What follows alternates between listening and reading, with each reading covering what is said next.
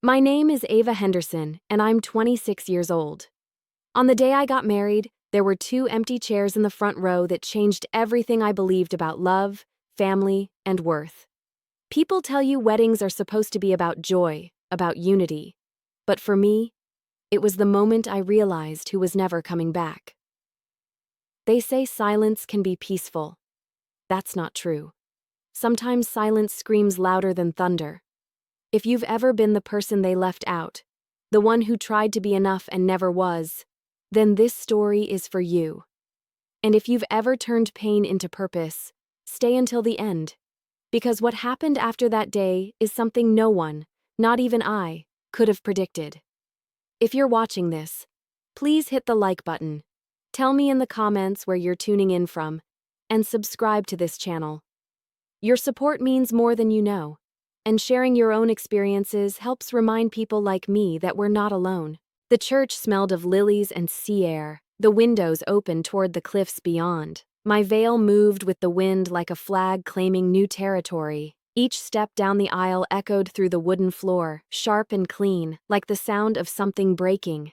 Every face I passed smiled, but their eyes held the same question. Where are they? They weren't coming.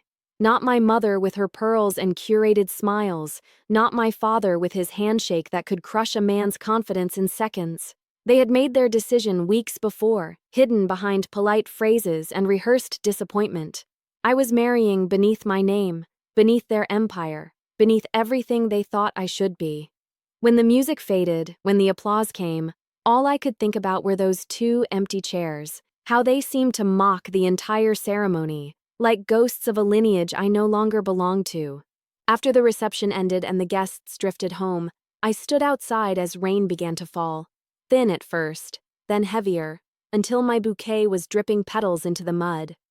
Somewhere inside me, something closed forever. I wasn't their daughter anymore. I was my own. The first months of marriage were quiet, but not in a sad way.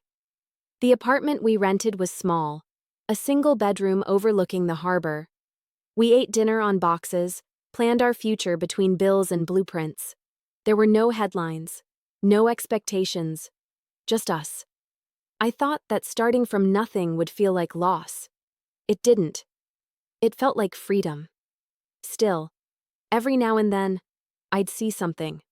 A family in a cafe, a father laughing with his daughter.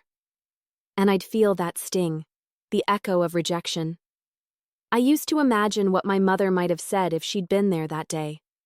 But the more I tried to hear her voice, the fainter it became. I started to wonder if the love I had been chasing all those years had ever really existed, or if I had been conditioned to believe that approval was affection. My father's validation had been currency, not care. My mother's affection, performance, not truth. What they didn't realize was that by skipping my wedding, they freed me. Their absence carved out the space where I finally met myself. Ethan, the man they thought unworthy, began building something extraordinary. He worked quietly, obsessively, turning late nights into small victories. What started as a side project in our living room began to attract attention from people my parents used to brag about knowing. I watched him evolve from the man they fired into the man they couldn't even afford to meet. And through it all, I grew too. I began consulting with schools and startups, blending education and technology, fields my father used to dismiss as idealistic. I stopped defining success by what he would admire, and started defining it by what gave me peace. Every time a new opportunity arrived, I'd think about those chairs. They became my measuring stick. Would this new step make that silence worth it? Slowly, the answer began to turn into yes. Months passed, then years. My parents and I never spoke again. The world around us changed. Industries rose and fell, names appeared in magazines, and the Henderson family brand remained polished and untouchable. But every empire has cracks you can't see until it's too late. I found out about theirs by accident. A small article buried in the business section, barely noticeable. Ethics concerns surround Henderson Industries. At first, I felt nothing, then a strange calm. It wasn't satisfaction. It was inevitability. I had spent so long wishing they would see me, but maybe this was how the universe teaches balance. The powerful forget that everything built on arrogance eventually collapses under its own weight. I didn't gloat. I didn't reach out. I just kept going. But that night, I stood by the window of our apartment, the city lights reflecting in the glass, and I thought about how life circles back in ways no one can predict. That day at the chapel, I had lost a family. But what I didn't know was that I was gaining something far more dangerous to them: independence. And as much as I wanted to believe I had moved on, a small part of me still waited for something. Not forgiveness, not closure, but recognition. Somewhere deep down, I wanted them to look at what I had built and finally say, "She made it." But life doesn't hand out validation like trophies. It waits until you don't need it anymore. And then, just when you think the story is over, it brings them back. That moment was still coming for me, and when it arrived, it would change everything they thought they controlled, because the same two people who refused to attend my wedding would one day wake up to realize they worked for the man I married. And that was when the real story began. I used to think my family's legacy was unshakable, a fortress built from prestige, education, and carefully managed reputation. But legacy, I've learned, is only as solid as the truth it's built on. And the truth in our family was fragile, splintered, waiting for the right moment to crack. Growing up as a Henderson meant living inside a script I didn't write. Every detail of my life was pre-approved, every decision rehearsed for an invisible audience. My father believed appearances were proof of control, and my mother believed silence was elegance. Together, they built a world where emotions were considered weaknesses and authenticity was an inconvenience. From the outside, we looked perfect. From the inside, we were fractured. Our dinner table was a stage. Success was a language, and love was conditional. When I left that world behind, I thought I had escaped it entirely. I didn't realize how deeply its rules had rooted inside me, how long it would take to unlearn the habit of shrinking myself to fit their design. While my parents hosted charity galas and posed for magazine covers, I built a quieter kind of success. Ethan's company was still small but growing. I helped with what I could, structuring deals, organizing projects, understanding the world I had once only been a guest in. He believed in purpose before profit and in people before prestige. It was the complete opposite of everything I was raised to believe. The first time one of his products was featured in a major article, I caught myself wanting to call my parents.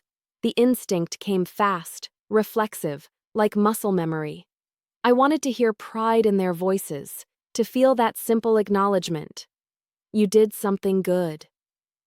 But then I remembered the day they didn't show up, the empty chairs, the weight of that absence, and I let the impulse die quietly. Months passed, and word began to spread about a potential scandal within Henderson Industries. Whispers about falsified reports, manipulated data, secret contracts. The kind of things my father always dismissed as necessary shortcuts. The same shortcuts Ethan once refused to take. I watched it unfold from afar, a slow unraveling of everything they had used to define superiority. Still, part of me hoped it wasn't true. Even after everything, I wanted to believe there was some decency buried under their ambition. But when the first investigation reports were released, it was worse than rumors.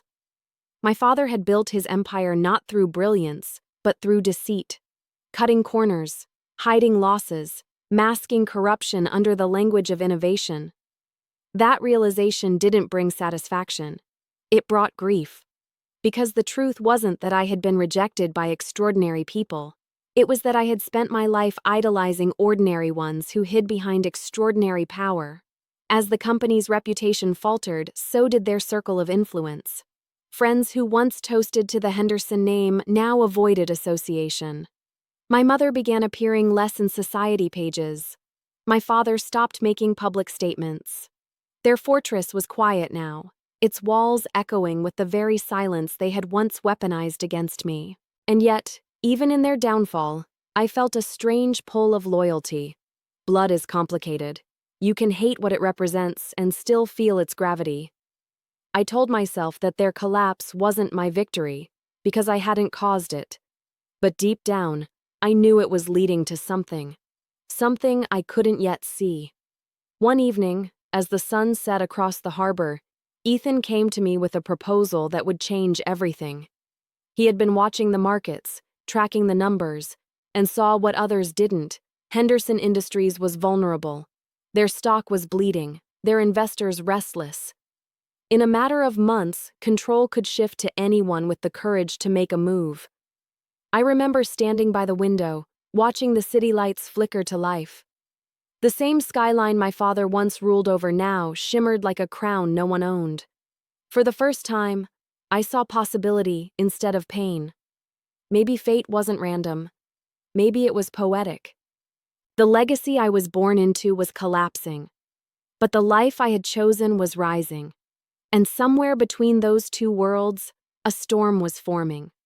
One that would force my parents to face everything they'd built, everything they'd broken, and everything they'd once believed I could never become.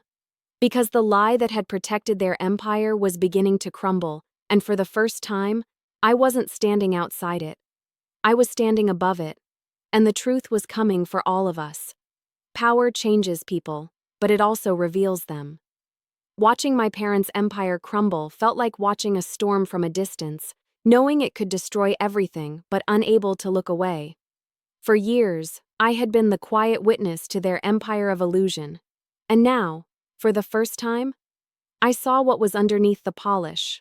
Fear. Desperation. Decay. The reports grew worse. Employees leaving, investors withdrawing, headlines turning sharper with each week. The Henderson name was still respected, but now it came with a question mark. What once felt untouchable was now trembling in the spotlight. It should have made me feel vindicated. It didn't. It made me feel haunted. Because every article, every rumor, every leak reminded me that I had been raised inside a house built on lies, and that some of those lies still lived inside me. Ethan worked late most nights, his company expanding faster than either of us had expected. What began as a vision for better systems had evolved into a technological powerhouse. I watched him lead with empathy and clarity, the same traits my father once called weaknesses. It was strange to witness integrity thrive in the same world where deceit had once ruled. One night, while looking through a financial report, Ethan pointed out something I hadn't noticed before. A connection between a shell company under Henderson Industries and one of our newest acquisitions. The numbers didn't add up. The transactions were too familiar, too deliberate. The company we had just purchased had been quietly siphoning funds from my father's collapsing business for months. What startled me most wasn't the corruption. It was that my parents didn't know we were the ones holding the other end of the line. That realization hit like a heartbeat I couldn't slow down. Every choice I made from that moment would carry weight. I wasn't just the daughter they'd left behind.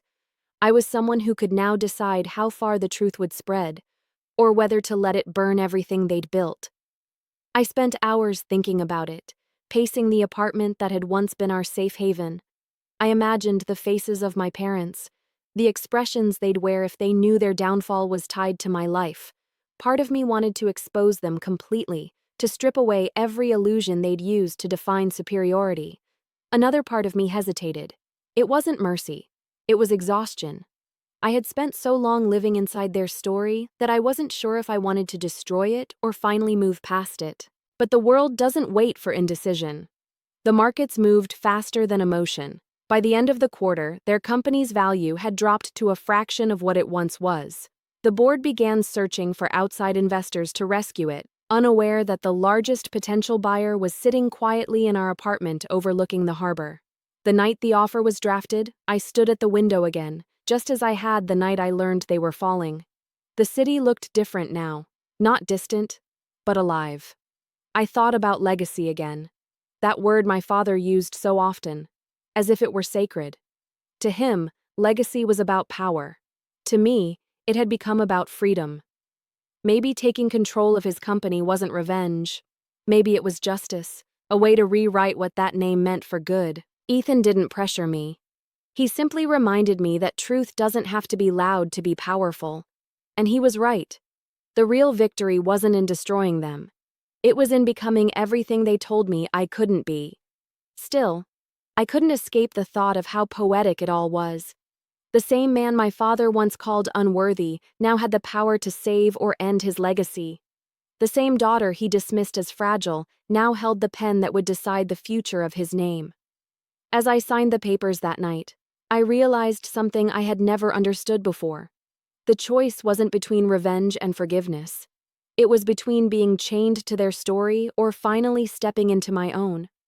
I chose freedom. When the documents were finalized, a quiet peace filled the room. No celebration, no champagne, no satisfaction, just a long exhale, like releasing the weight of generations. For the first time in my life, I didn't need them to see me.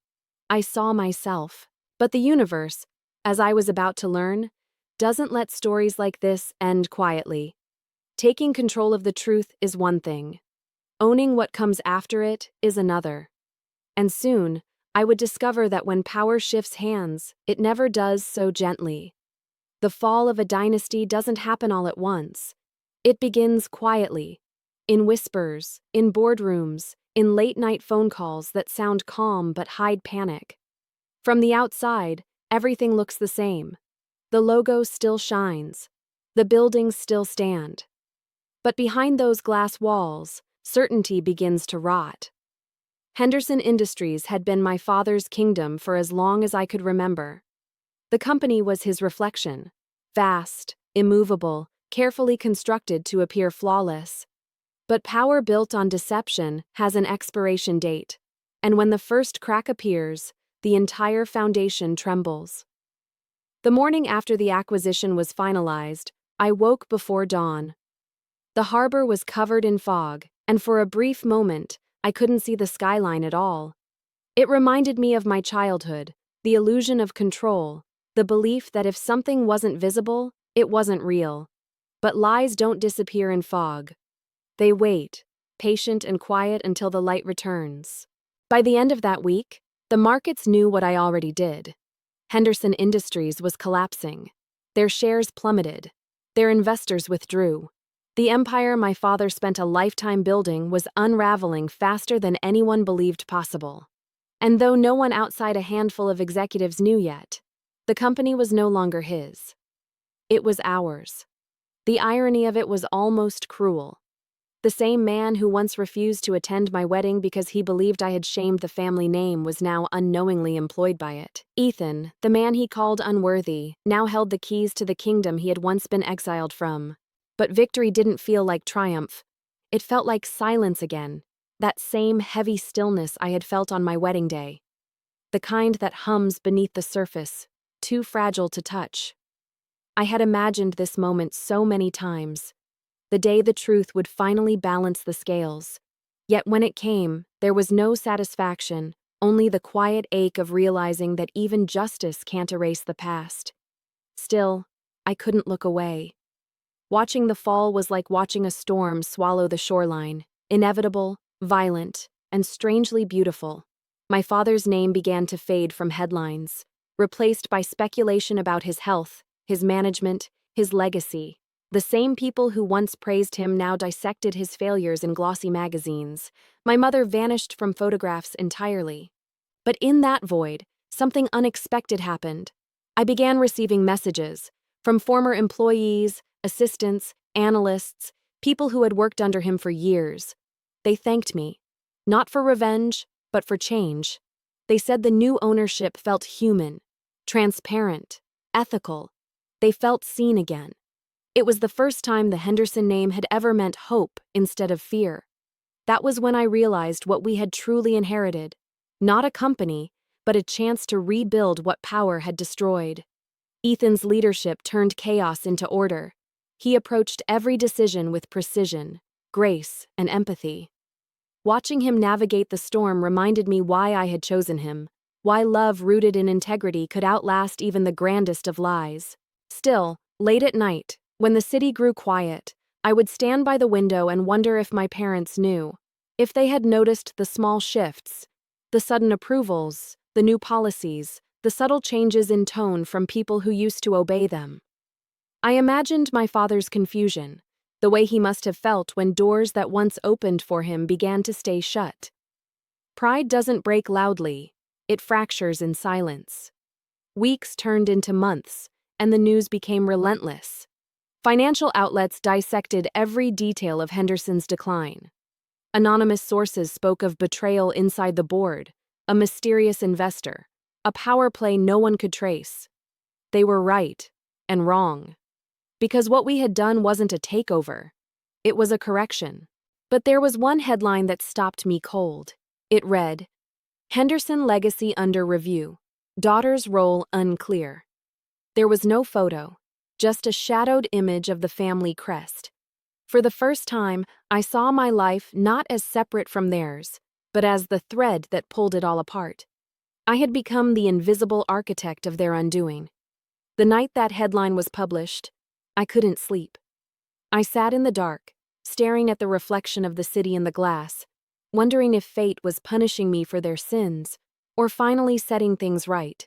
I didn't feel guilt, but I didn't feel peace either. Justice, I learned, isn't always gentle. Sometimes it leaves scars even on the ones who deserve to heal. The next morning, I received a notice, an invitation actually. The Henderson Foundation, my mother's pride, was hosting a private charity dinner to restore the family image. I read the gold-lettered card over and over, my hands trembling with something between disbelief and destiny. They had no idea who was now funding the very event they were using to rebuild their reputation. That was when I knew this story wasn't over. The collapse wasn't the ending. It was the middle. The eye of the storm before everything changed again. Because soon I wouldn't be watching their downfall from afar. I would be walking straight into the heart of it. And this time, I wouldn't be the one standing outside the door. I would be the one who owned the room. The invitation arrived on a Friday morning, pressed between invoices and reports. Thick cardstock, gold lettering, the Henderson family crest embossed like a scar. The words were elegant, deliberate, detached. The Henderson Foundation requests your presence at our annual charity dinner. I read it twice, though I already knew what it meant. My parents weren't reaching out. They were reaching for an audience. For years, they had used philanthropy as perfume, something to cover the stench of ambition.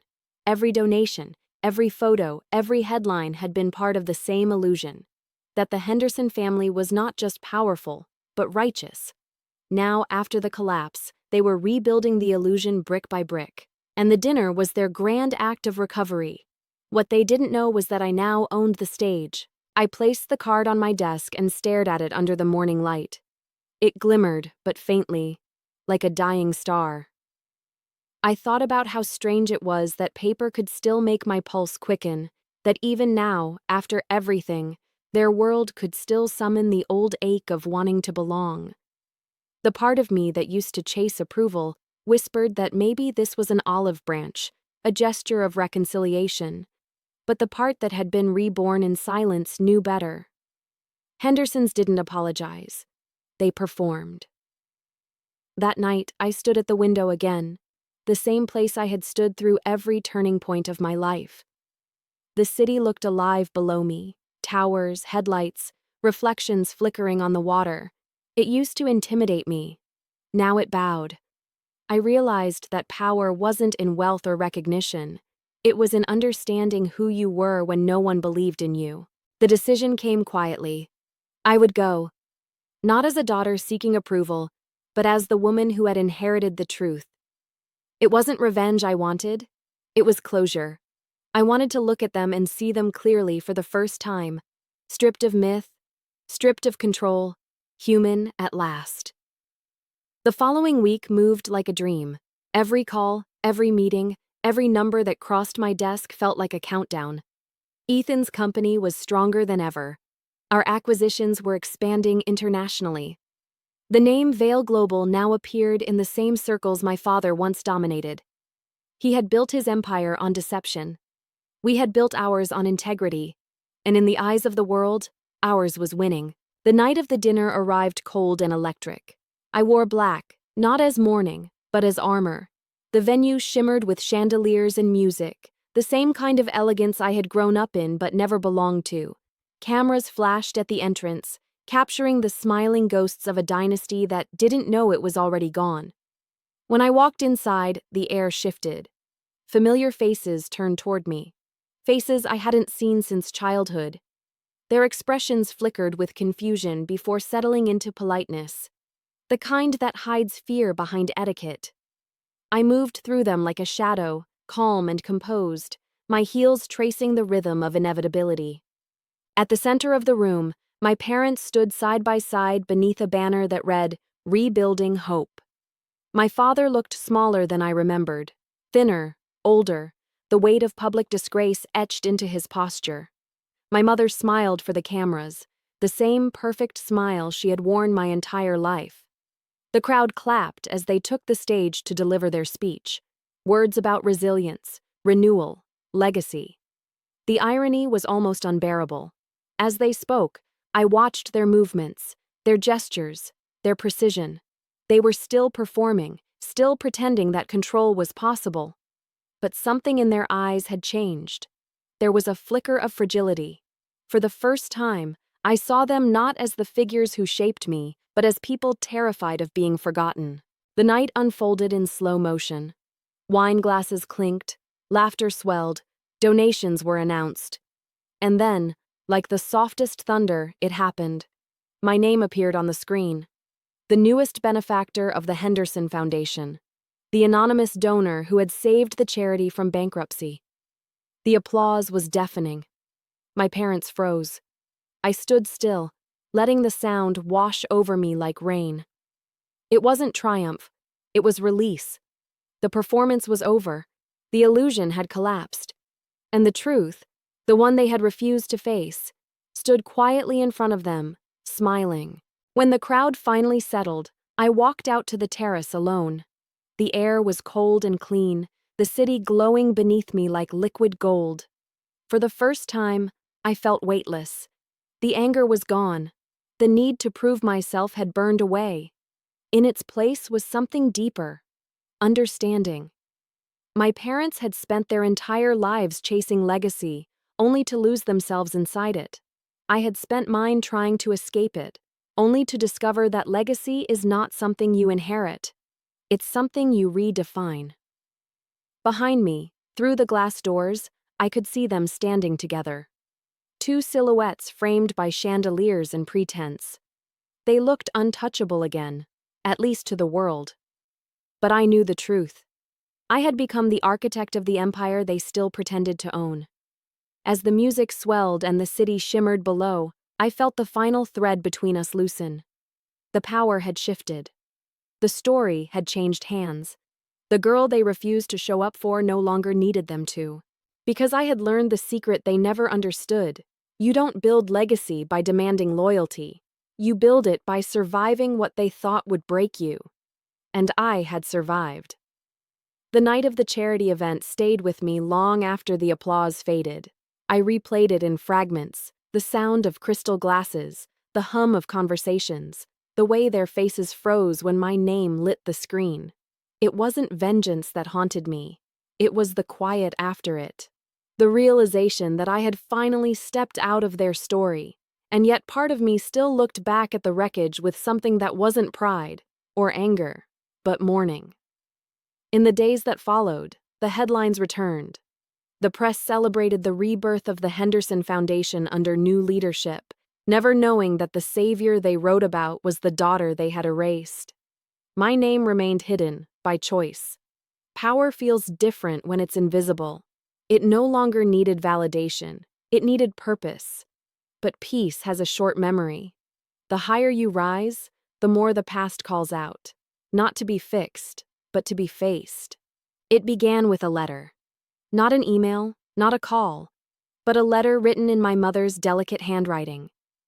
The paper smelled faintly of the perfume she used when I was a child, the one she wore on every holiday morning, every staged photograph. It wasn't an apology, it was an invitation, a private family dinner at the estate. Small. Just us. The words were neat, polite, surgical, the same tone she had always used when she wanted something. For days, I left the envelope unopened on my desk. I told myself it didn't matter, that I had moved past them, that the last thing I needed was to step back into their theater. But denial, I've learned, is its own kind of gravity. It keeps you orbiting what you swore you escaped. Ethan noticed my restlessness. I told him it was work, but he knew. He always did. I found myself staring out at the harbor again, the same view that had carried me through every turning point, from rejection to independence to revelation. The water below shimmered with reflections of the skyline, the same city my father once ruled from his boardroom. Now it was mine, though I had never wanted to own it. By the time I opened the letter again, my decision had already been made. I would go, not because I needed closure, but because I wanted truth. Not the polished kind my parents performed, but the raw kind that ends illusions. The estate was an hour outside the city, surrounded by manicured gardens and iron gates that once made me feel safe. Driving there after all these years felt like approaching a ghost that still remembered my name. Every tree, every lamp, every window held a memory, rehearsals of belonging, lessons in obedience, echoes of a daughter trained to smile and never question. The house looked the same, but smaller. Time has a way of shrinking the things that once towered over us. The curtains were drawn, the lights dimmed, the silence heavy. As I walked through the marble foyer, my reflection flickered across the floor like a stranger's shadow. For a moment, I felt 12 again. Standing in a house that rewarded perfection and punished honesty, I moved through the rooms slowly, touching nothing. Everything was immaculate, frozen in time. The family portraits still lined the hallway, smiling faces captured in a world that no longer existed. I stopped in front of one, a painting of us, taken before the fractures began. My father's hand rested on my shoulder. My mother's gaze was proud, but distant. And me, a girl pretending to belong in a story written for someone else. The dining room was set for 3. The same long mahogany table, polished to a mirror finish, waited beneath the chandelier. Crystal glasses, silver cutlery, candlelight flickering like nervous hearts. The air felt staged, like a performance waiting for its actors. I stood at the head of the table and realized how different everything felt now. I wasn't their child anymore. I was their equal, or maybe even their reckoning. I imagined what they might say if they walked in. The explanations, the excuses, the revision of history. But I didn't want to hear words. Words were how they hid from truth. I wanted silence, the same silence they had once used against me. Because now it belonged to me. The clock in the hallway ticked, loud and deliberate. Minutes passed, then more. No footsteps, no voices. Just the echo of what used to be power losing its shape in the air. For the first time, I realized they weren't late. They weren't coming. And somehow, that was the real closure. It wasn't anger that rose inside me. It was relief. Their absence wasn't rejection anymore. It was release. The version of me that once needed them had finally disappeared. What remained was someone untethered, unshaken, whole. I left the envelope on the table before I walked out. The same letter they had sent, now sealed again. But inside, I added a new card. No words, just one line of truth printed in gold. Henderson and Vale, partnership restored under new ownership. As I stepped outside, the wind lifted through the trees, carrying the faint scent of lilies from the garden. The same flowers that once decorated my wedding, the ones they never saw. For the first time, I didn't associate them with pain. I thought of renewal instead. The car engine started softly, the headlights slicing through the darkness ahead. The estate disappeared behind me, swallowed by night. In its place was the open road, long, quiet, endless. That drive home felt different, not like leaving something behind, but like closing the final page of a book that had defined me for too long. And as the city lights appeared on the horizon, I understood that the story wasn't about revenge anymore. It was about freedom, because the dinner they invited me to never happened. But in its absence, I finally got the meal I had been starving for all my life. Peace. I used to believe that power was something you inherited, that it came from bloodlines, titles, and names carved into glass towers. But power, I've learned, isn't about possession. It's about control, of truth, of silence, of timing. And the day of the takeover, I finally understood that control was mine. It began like every other morning, coffee cooling beside my laptop, emails stacking faster than I could answer them, the city unfolding beneath the pale light of dawn. On the surface, everything looked ordinary, but behind every spreadsheet, every number, every signature, history was being rewritten. Henderson Industries, the company that had once defined my family, the monument to my father's pride, was about to change hands forever. The acquisition had been silent, strategic, and absolute. Layer by layer, division by division, we had dismantled the empire without a single headline. By the time anyone noticed, it was already done.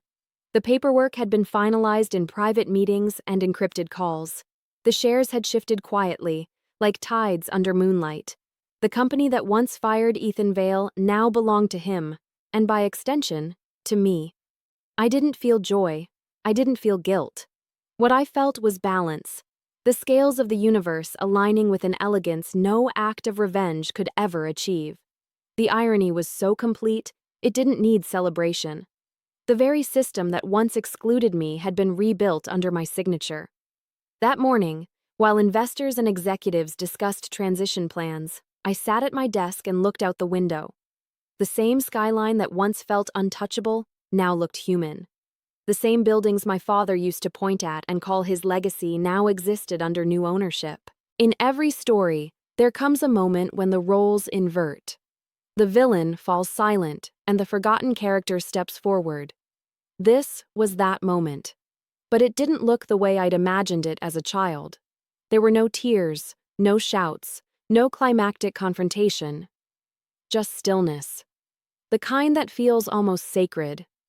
The board meeting that formalized the change was held at the Henderson Tower, 29 floors above the city, glass walls overlooking the river. I hadn't been inside that building since before my wedding. It smelled the same: coffee, paper, ambition. The lobby was crowded with suits and whispers. People who once worked under my father now rushed to shake my hand, their smiles rehearsed, their curiosity carefully masked. When the meeting began, the tension in the room was electric. Reports were read, votes were tallied, motions passed.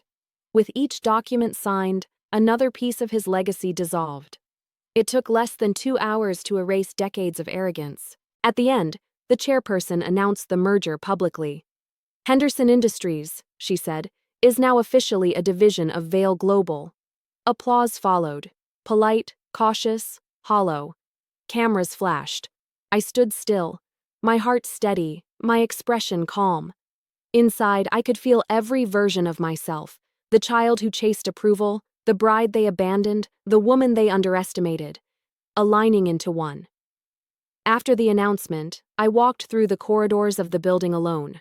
My footsteps echoed through hallways lined with portraits of my father, framed testaments to a man who had once believed he was untouchable. I paused in front of the largest one, the one that used to hang near the executive elevator.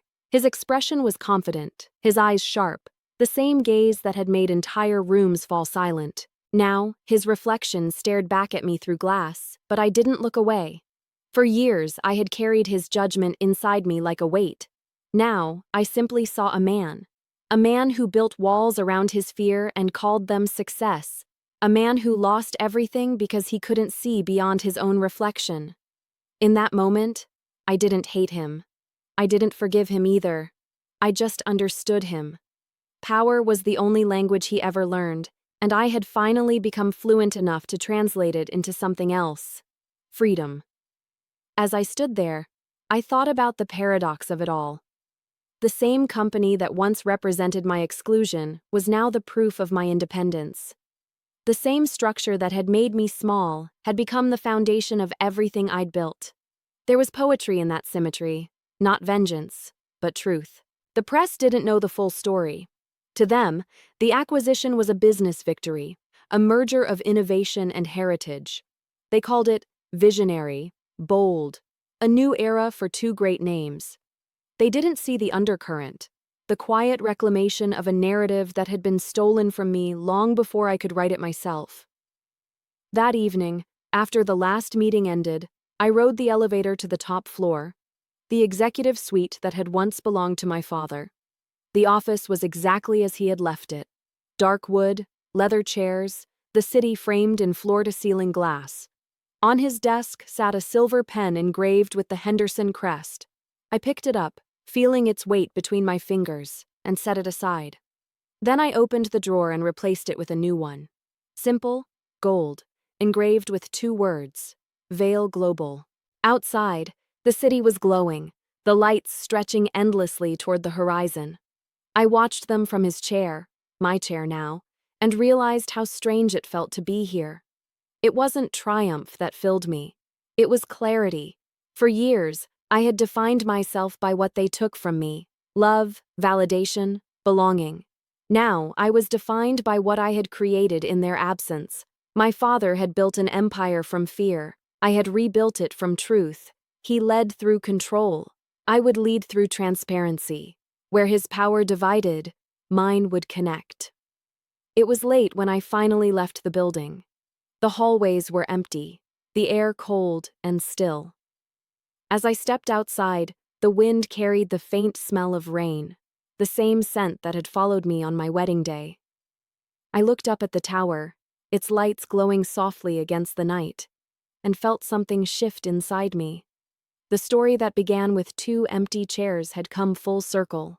The girl they didn't show up for now owned everything they stood for. But even then, I knew this wasn't the end.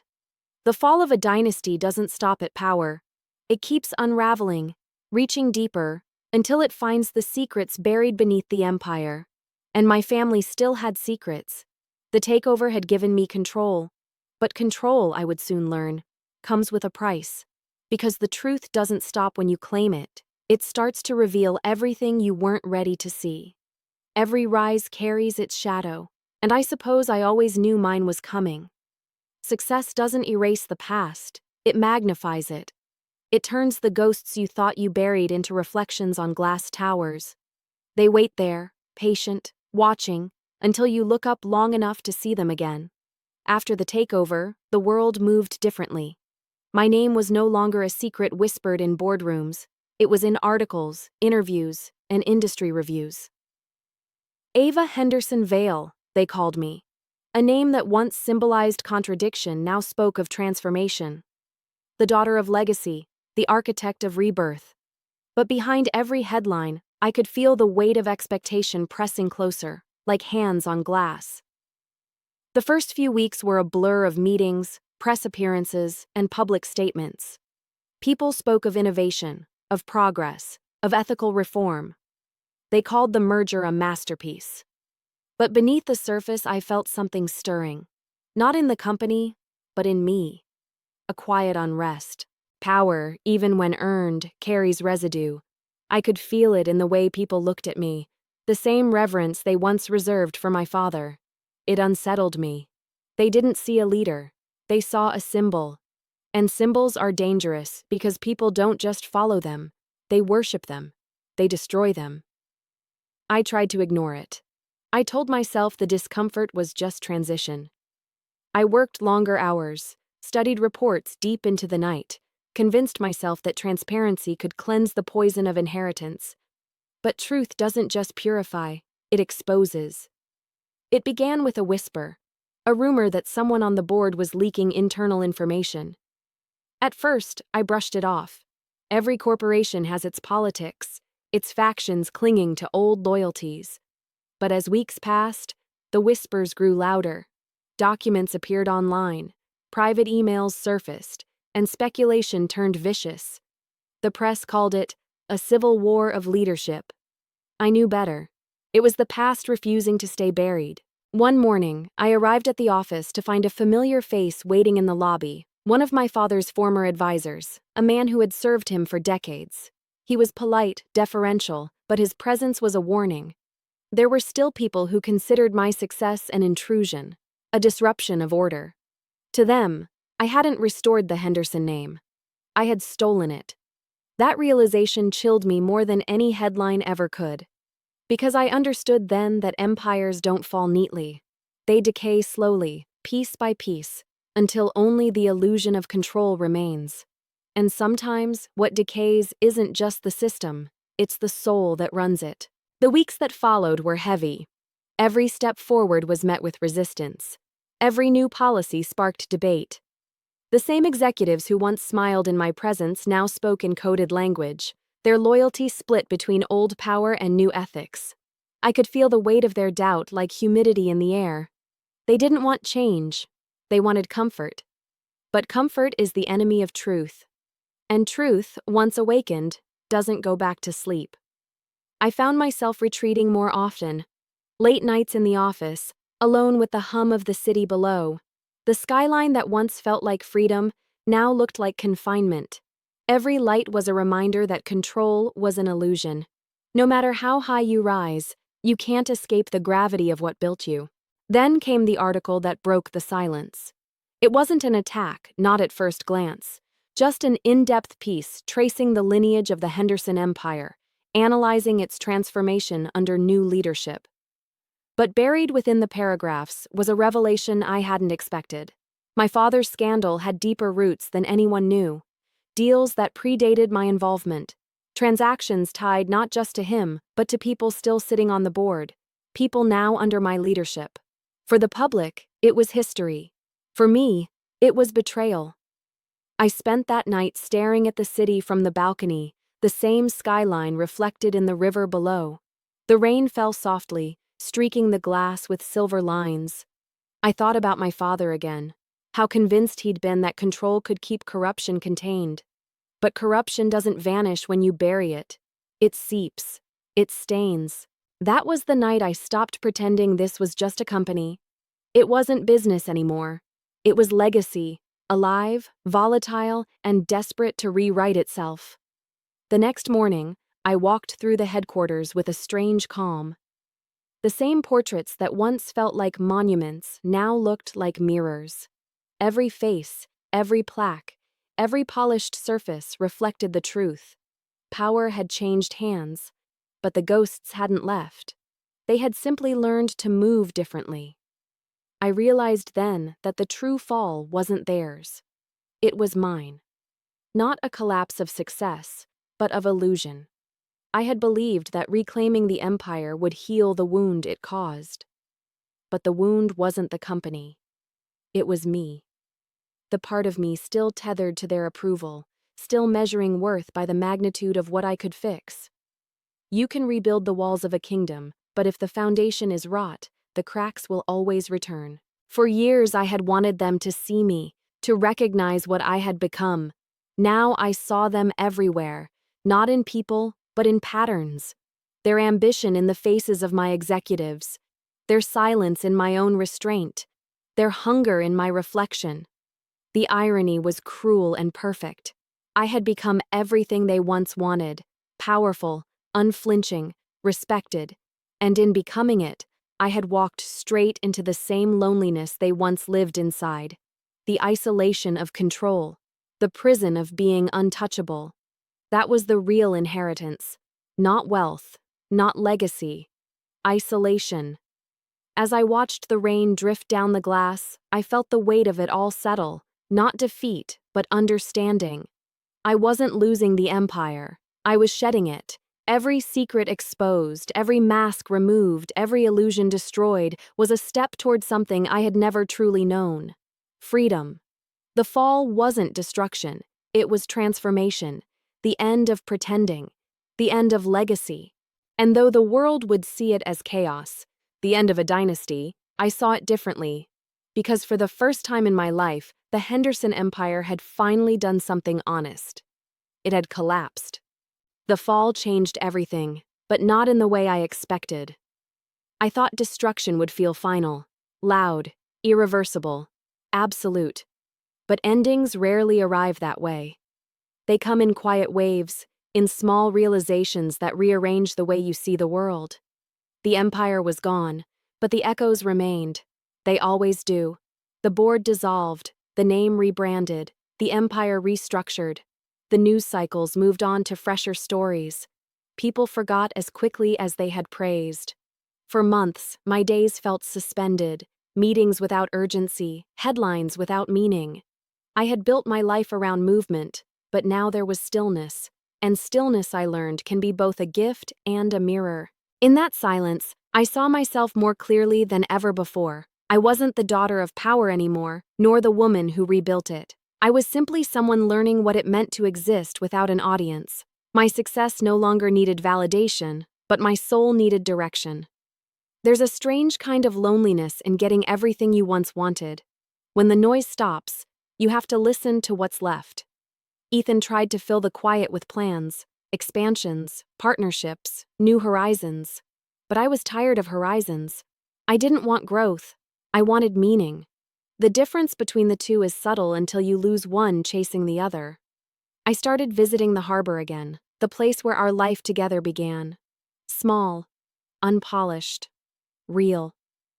The air smelled of salt and memory. The same gulls circled above, the same tide moved in and out as if nothing had changed. It reminded me that life continues even when legacy collapses. The sea doesn't remember names, it only remembers rhythm. Weeks passed before the letter arrived. Another one. Same handwriting, same perfume, same precision. My mother's penmanship was still flawless, though her words trembled with the weight of age. She wrote that my father wasn't well. That time had softened his temper, but not his regrets. That he spoke of me often now, though not always in complete sentences. She wrote that he was asking to see me, not as the woman who replaced him, but as his daughter. I read it twice, then set it aside. For years I had imagined what I would say to him if given the chance. Every version ended the same way, with distance. But now, as the anger that once fueled me began to fade, I found myself curious. Not for his apology, but for his truth. The kind of truth that comes when pride finally runs out of air. So I went. Not to the tower, not to the estate, but to a smaller house outside the city. It was modest, a word I never thought I'd use to describe anything associated with my family. The garden was overgrown, the windows open to the wind. I stepped inside and felt time fold in on itself. The air smelled of dust and medicine. The walls were lined with the same photographs that once filled our mansion, only now, they looked like fragments of a dream that had lost its meaning. He was there, sitting by the window, staring out at nothing. The man who once commanded entire rooms now looked weightless, untethered. Age had stripped away the armor of control. His eyes were softer, his expression uncertain. I stood there for a long moment, just watching. And for the first time, I didn't see a father, or a villain, or a rival. I saw a man who had spent his entire life running from vulnerability. And now, in the end, it had caught him. I didn't speak. I didn't need to. The silence between us said everything words never could. His breathing was shallow, steady, like the ticking of a clock running out of time. I wanted to feel pity, but what I felt instead was clarity. This was what power always becomes. Fragile, temporary, forgettable. The only thing that remains is how we make people feel. I stayed until the sun began to set, its light spilling through the window and across the floor. Before I left, I looked around the room one last time. Every trophy, every certificate, every framed article, all symbols of a life spent chasing permanence in a world that forgets. The irony was almost beautiful. When I walked outside, the air felt different, lighter. The weight I had carried since my wedding day, the weight of being unseen, unwanted, underestimated, lifted with the wind. I had faced the ghost that built my story and found him human. That was enough. Back in the city, the world went on as it always had. Businesses rose and fell, names appeared and disappeared from headlines. I watched it all from a distance, detached but peaceful. I no longer needed to prove myself to anyone. The war was over, and for the first time there were no sides left to fight for.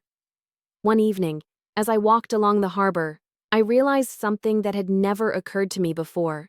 My parents had never truly seen me, but in their blindness, They had given me the greatest gift, the freedom to define myself. I wasn't their legacy, I was my own creation. The sea shimmered beneath the fading light, the water endless and alive. I thought about the girl I once was, standing in a wedding dress beneath the rain, holding a bouquet of broken petals. She had believed the story was ending that day. But she was wrong. That was the beginning. Because every fall, every collapse, every silence had led me here. To this moment, this peace, this understanding. Power fades, legacies crumble, but identity survives. I turned away from the water and started walking home. The wind carried the faint scent of lilies again, the same ones from the chapel, the same ones from the garden at the estate. They no longer smelled like absence. They smelled like freedom.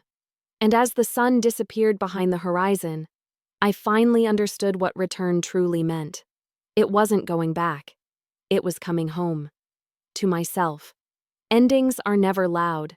They arrive softly, disguised as ordinary moments. A quiet morning, a familiar breeze. The way light touches the edge of a window. I always thought closure would feel like victory, something sharp and brilliant. But it isn't triumph that completes a story.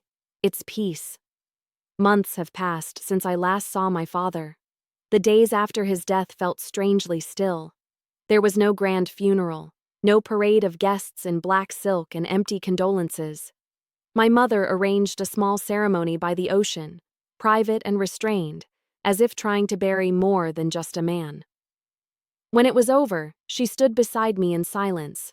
For the first time in my life, she didn't seem distant.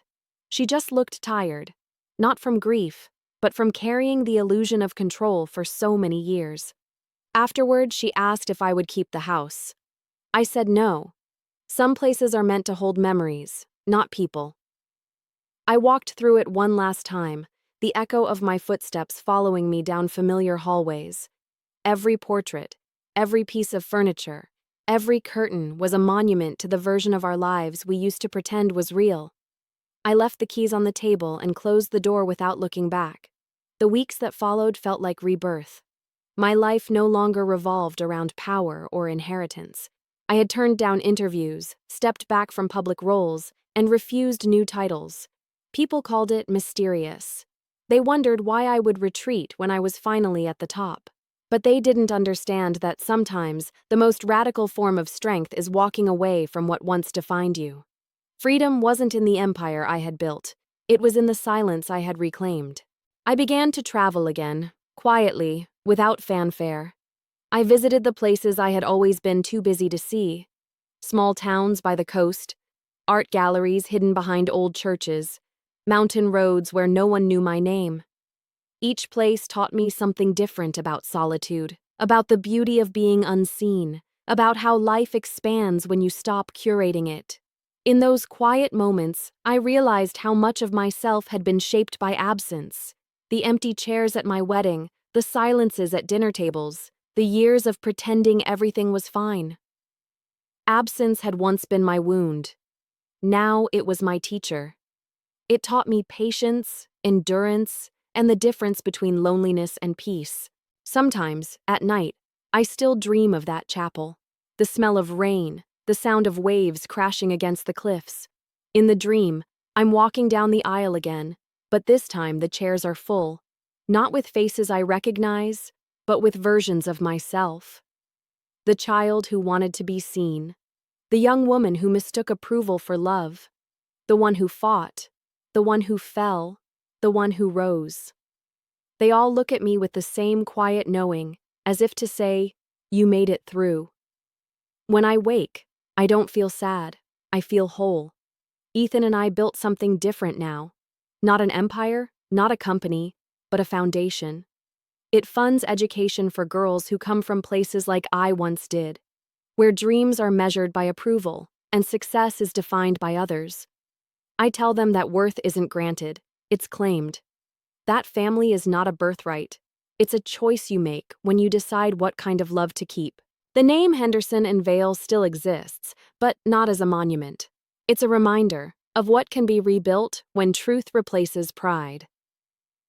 The logo sits quietly on the door of our main office, elegant but unassuming. People pass by without knowing the story behind it, and I like it that way. Legacy doesn't need an audience, it just needs integrity. Sometimes my mother calls. The conversations are brief but gentle. We talk about ordinary things, weather, recipes, the garden she finally started keeping alive. She never speaks about the past, and I don't ask. Forgiveness, I've learned, isn't always a conversation. Sometimes it's just the decision to stop bleeding from the same wound. One afternoon, I visited the harbor again. The water was calm, the air warm and sweet. I sat on the same bench where Ethan and I used to plan our future when we had nothing but ideas and faith. The sun dipped low, painting the surface of the sea gold. I thought about everything that had brought me here: the betrayals, the triumphs, the empty chairs, the endless striving. For years, I believed my story was about revenge. It wasn't. It was about reclamation, of my voice, my worth, my peace. As the tide moved in, I realized something simple but profound. Life doesn't hand you closure. It hands you continuation. The difference is in what you choose to do with it. I chose to live, not to prove. To love, not to win. The wind shifted, carrying the faint scent of lilies again. That smell has followed me through every chapter of my life, from the chapel to the estate, from the boardroom to this bench by the sea. It no longer smells like loss. It smells like freedom. I closed my eyes and listened. To the gulls, to the water, to the heartbeat of a life finally my own. For the first time, I wasn't chasing anything. I wasn't running from anyone. I was exactly where I was meant to be. The empire had fallen. The legacy had transformed. And the girl they once forgot had become something far more powerful than remembered. She had become free. My story began with absence. It ends with presence. Not theirs, mine.